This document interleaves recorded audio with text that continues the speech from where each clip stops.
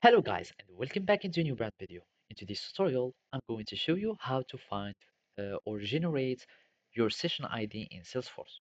So make sure to watch the video to the end and follow these simple steps. So basically, if you want to generate your Salesforce ID or session ID, you will need to go to the developer console. And of course, you will need to have already permission to use the developer console.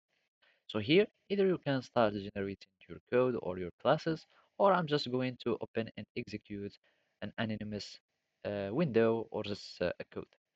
So from here, we need just to uh, start or initiate our variable, which would include or that would have the session ID.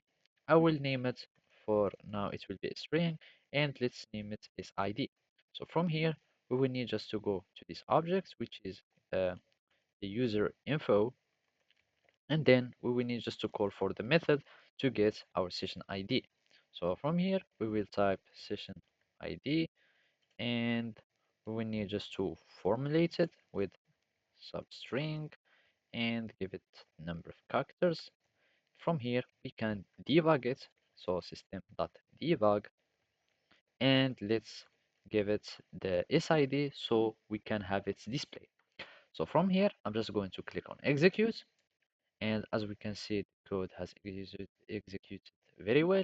We go to the debug only so we can get our user informations. And from here, we have our own debugged session ID. So basically, that way you got your session ID by using the developer console.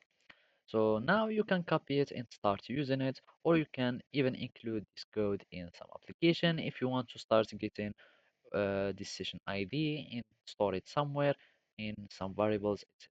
So basically that's it. Thank you for watching and see you next time.